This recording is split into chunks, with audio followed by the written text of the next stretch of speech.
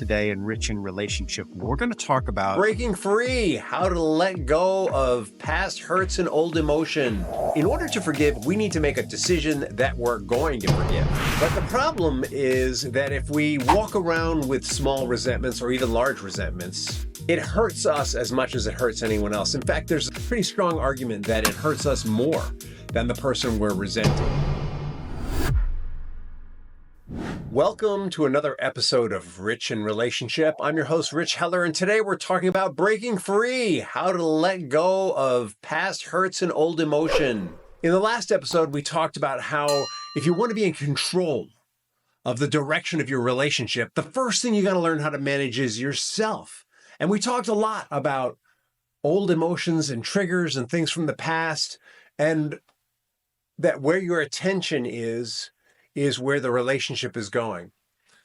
Well, of course, the challenge is if we've got maybe even past traumas or old hurts that are stored in our unconscious mind, we don't really think about it. It's stuff from our childhood. It's just kind of there. They're just kind of emotional sore spots. And we learn how to work around them. They're still going to be there. It takes a lot of emotional energy to work around an old hurt.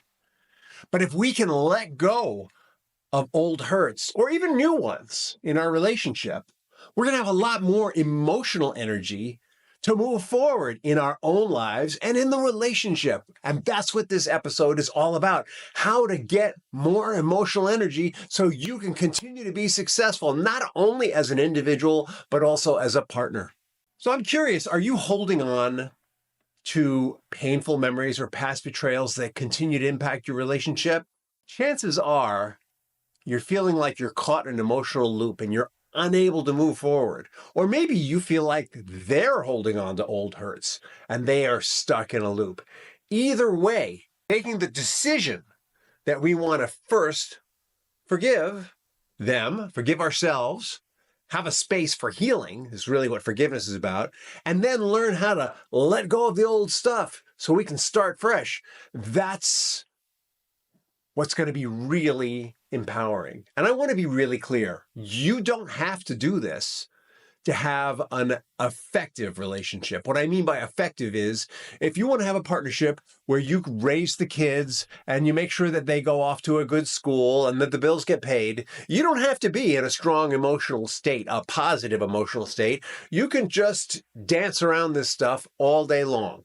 It's kind of like having a shaky foundation. And instead of addressing the foundation, you're just going to stick to the areas that feel solid to you, and they're going to stick to the areas that feel solid to them. But there are not a lot of places where the two of you can meet. And inevitably, when we do this, where that leads to is what's called gray divorce. The kids go off and we find out, well, that the only place where we had a shared foundation was them. Well, I'm telling you that what brought you together to have those children in the first place, there's something worth resurrecting there. There's a shared vision, a shared hope, an investment in each other's individual success that's worth saving. You didn't make a mistake. What happened was you picked the perfect partner to help you identify what it is you need to clean up on your side of the street, and so did they. That's what happened. So let's talk a little bit about how this works. Forgiveness is an underrated practice in our culture. Winners don't forgive. But the problem is that if we walk around with small resentments or even large resentments, it hurts us as much as it hurts anyone else. In fact, there's a pretty strong argument that it hurts us more than the person we're resenting.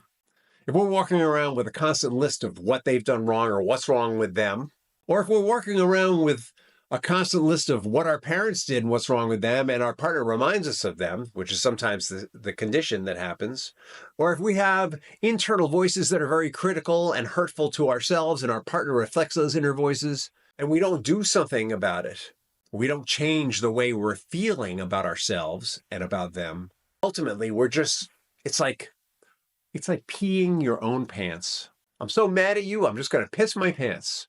And all that happens is the smell over time drives them away, and the discomfort makes us even angrier. And the angrier they get, the more we wet our pants until we just smell like we're homeless. Forgiveness is not an emotion. The emotion of forgiveness is the outcome of first making a decision. In order to forgive, we need to make a decision that we're going to forgive.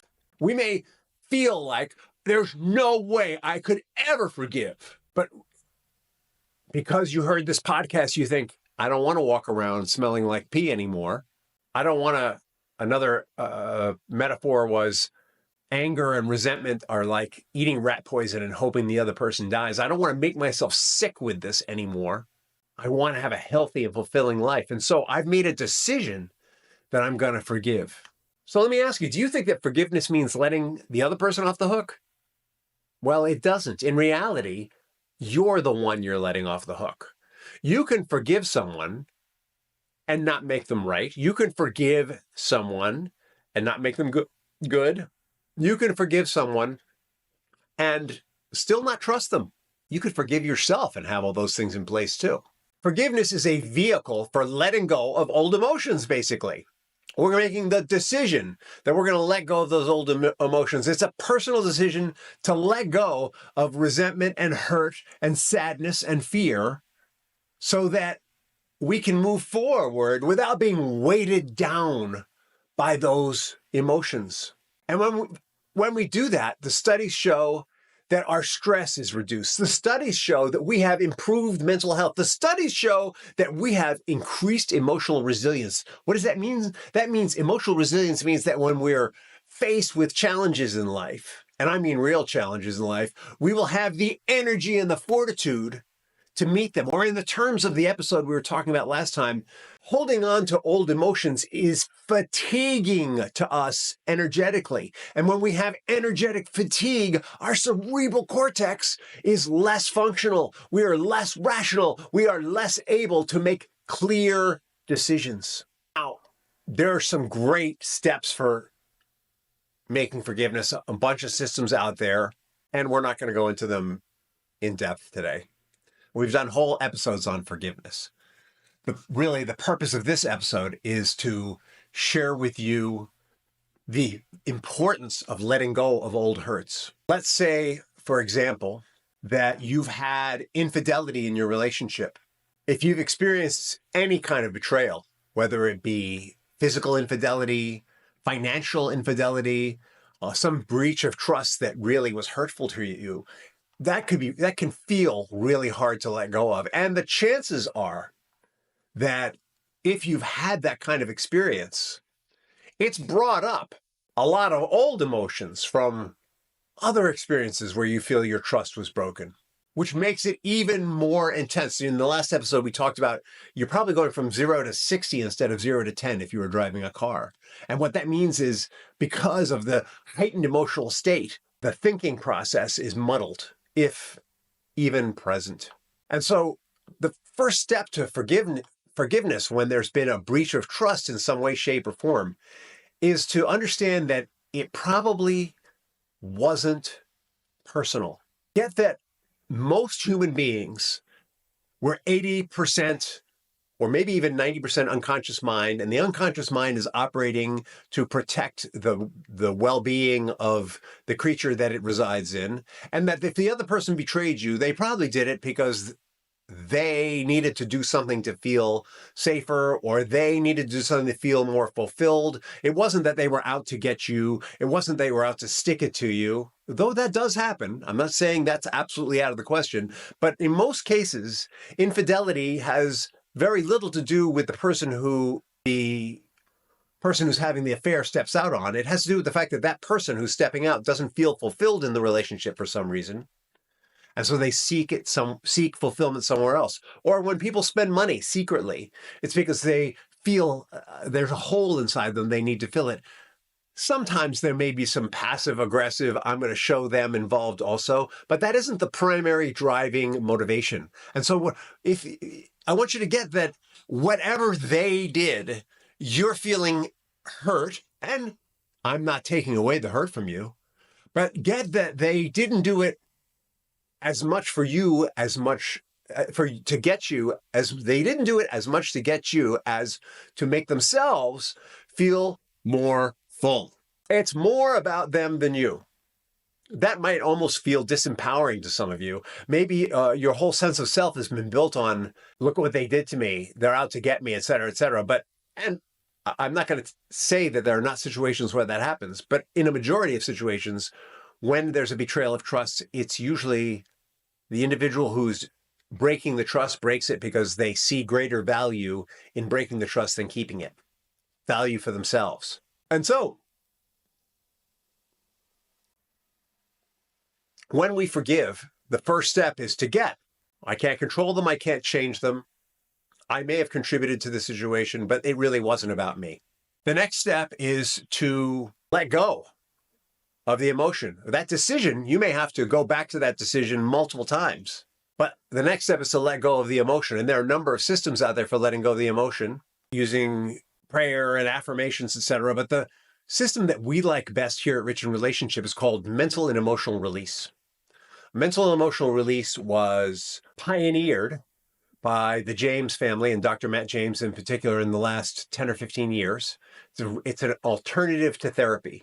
And what we love about mental and emotional release is it gives people the opportunity to let go of emotions without reliving or rehashing the pain. A lot of therapy is about, oh, let's rehash this and relive it and let's emote and cry about it. But the truth is that the unconscious mind does not have to relive the situation directly in order to let go of it. The unconscious mind can let go of emotions by observing as if it's in a movie or a show, observing the emotion and taking the lesson from it. It doesn't have to be in the middle of it. A lot of talk therapy is about talking as if you're in it, right? Mental emotional release allows us to get rid of the drama in the release process and allows our unconscious mind to just do the work. What if you could let go of the past pain without feeling burdened by it? Emotional release is a process of acknowledging pain and learning from it so that you can let go of it. Because the truth is, whenever there's hurt, whenever there's sadness, whenever there's fear, whenever there's anger, whenever there's a negative emotion, it's because there's something we need to learn. And when we take the lesson from it and change our behavior, we're no longer the person that was vulnerable to that in the past.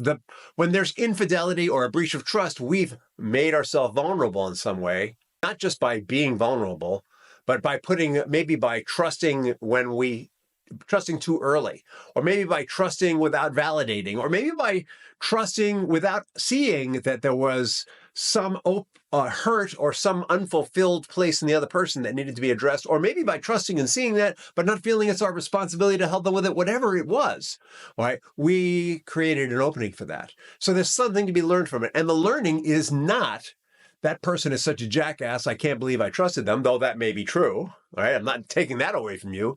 The learning is usually, it might be something as simple as, it's not about me and it's okay for me to be vulnerable as long as I validate that it's safe. It could be something like that. Who knows? Only you know, right? The truth is, we each have our own unique lesson to learn. So the beauty of mental and emotional release is it allows your unconscious mind, with your conscious mind being present, to elicit the learning of old hurts, childhood hurts, current hurts, and release them. Right? So let me tell you something about the unconscious mind. The unconscious mind forms assumptions about the way the world works based on collecting memories that have a shared flavor. And it looks at those memories that have a shared flavor, usually a shared emotion, and it creates an assumption based on that. And it'll start with some initial hurt, usually between 0 and 7, sometimes older. And then when that hurt is not resolved, the lesson isn't taken from it. It's just so painful that we can't take it. We encapsulate it like a pearl. Then we start forming protections around it. Then the unconscious mind, in the name of protecting that unresolved hurt, will look for the next situation that feels like that and add that. And it'll collect like 5, 6, 10 of these hurts in different areas like anger, sadness, fear, hurt, guilt, shame, etc. It will collect them and support an assumption. I can't trust anyone with who I am. I can't be vulnerable in a committed relationship.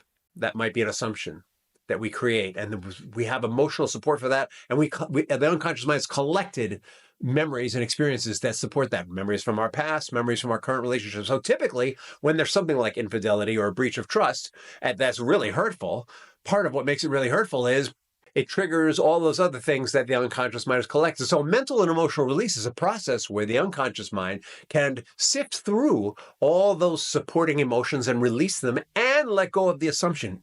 It's amazing. You can literally clean up the emotional residue of the past so that you can start fresh, right? Because what do we know about emotion? We know that when we're angry and we make a plan, the plan has a flavor of anger. We know that when we're joyful and we make a plan, the plan has a flavor of joy. We know when we're fearful and we make a plan, the plan has the flavor of fear. And the emotion shapes the outcome. In fact, you could make the same 6-step plan, but if you engaged in those 6 steps from one of those emotions I just talked about, fear, anger, joy, the outcome would be a result that was fearful, angry, or joyful, whichever emotion the starting point was. Because emotions are a self-fulfilling prophecy. They're self-validating. And so we want to clean up old hurts and old emotions and old assumptions, because assumptions are also self-fulfilling prophecies. We get stuck in the same loop over and over. They reproduce the same results. The reason why history repeats itself is because there's so many old hurts that haven't been released. When we release the old hurts, though, we can create something new. So what can you do in the meantime? In the meantime, I want you to identify your triggers. I want you to get think about what might the root of this be. If you have a trigger about people spending money, and you're married to someone, and when they spend money, it brings up money stuff for you. Think about where else in your life was there money stuff. If you had parents who grew up in the Depression, they had stuff about money, and you grew up with them. Therefore, you got stuff about money. Or if you grew up in a recession, when there was a lot of fear about money, you probably got some of that. And it's imprinted on you. And what if you could release that imprint and still be wise about money? I'm not saying that you should release your fear about money and spend it like it's going out of town. What if you could release that and spend it or invest it without inappropriate or unwanted fear? What would that be like? So I want you to start practicing detachment, right? Remember in the last episode, we talked about where we put our attention develops our mind. It's like exercising. If you always exercise your leg muscles, you get big legs. I want you to exercise your cerebral cortex and your awareness of feelings. I want you to just try labeling the emotion, and not just labeling the emotion, but I want you to practice being detached from the emotion. Oh, look, I'm having this emotion. I have a concern. Oh, I have a concern about money. She just spent all this money on a bag.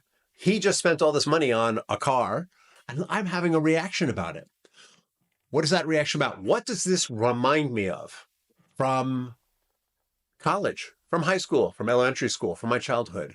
Just start, collecting all the things it might remind you of, and allow your unconscious mind to bring them up, no matter how insane the thought feels. If you find yourself dismissing thoughts, then the chances are your unconscious mind is trying to protect your conscious mind from this. It's been trained to. And just let your unconscious mind no, it's okay. We don't have to dismiss the thoughts. Just look at them. Let's look at them. It's okay to look. It's okay to look. And it's possible to reframe past hurts as lessons. Actually try this on as part of the practice for today also. The next time you feel hurt, sad, fearful, or angry, or any variations of those 4 feelings, ask yourself, what is the lesson in this moment? And remember, the lesson is not about the other person. The lesson is something that a lesson is a principle that you can apply to your life for any situation. If you're in a restaurant and after you paid the bill, you suddenly realize that you paid more than you should. The lesson isn't, I can't trust that restaurant. The lesson is, if I'm concerned about what I pay people, I need to pay more attention to the bill before I pay it. Simple lesson. I need to be more conscious when I'm doing this kind of thing, if that's what's important to you. If not, you allow yourself to continue to do what you're doing. I want you to build a stronger foundation by letting go, right? Part of what you can do is let go of anger now when it comes up instead of rolling in it. And take a look at what are the roots of this. And if you're finding, as you inevitably will, that some of these feelings are easier than others, and you want to do something about those other ones that are not so easy, those situations that are plaguing you, I want you to think about reaching out for help. I know that's what I did. The reason I know about mental emotional release is I reached out and I got some help with it. And then I got trained in it by Dr. James himself. And I got mentored by Dr. James directly on how to apply the technique correctly. And we give people a money back guarantee on the mental emotional release process because it is the single most effective process we have at Rich in Relationships. So look for somebody who's an expert who can help you with this. Hey, as always, if you like what you're hearing here, I want you to share this on social media. You know what I really want? I want you to subscribe if you haven't subscribed already. Thank you and have a wonderful tomorrow.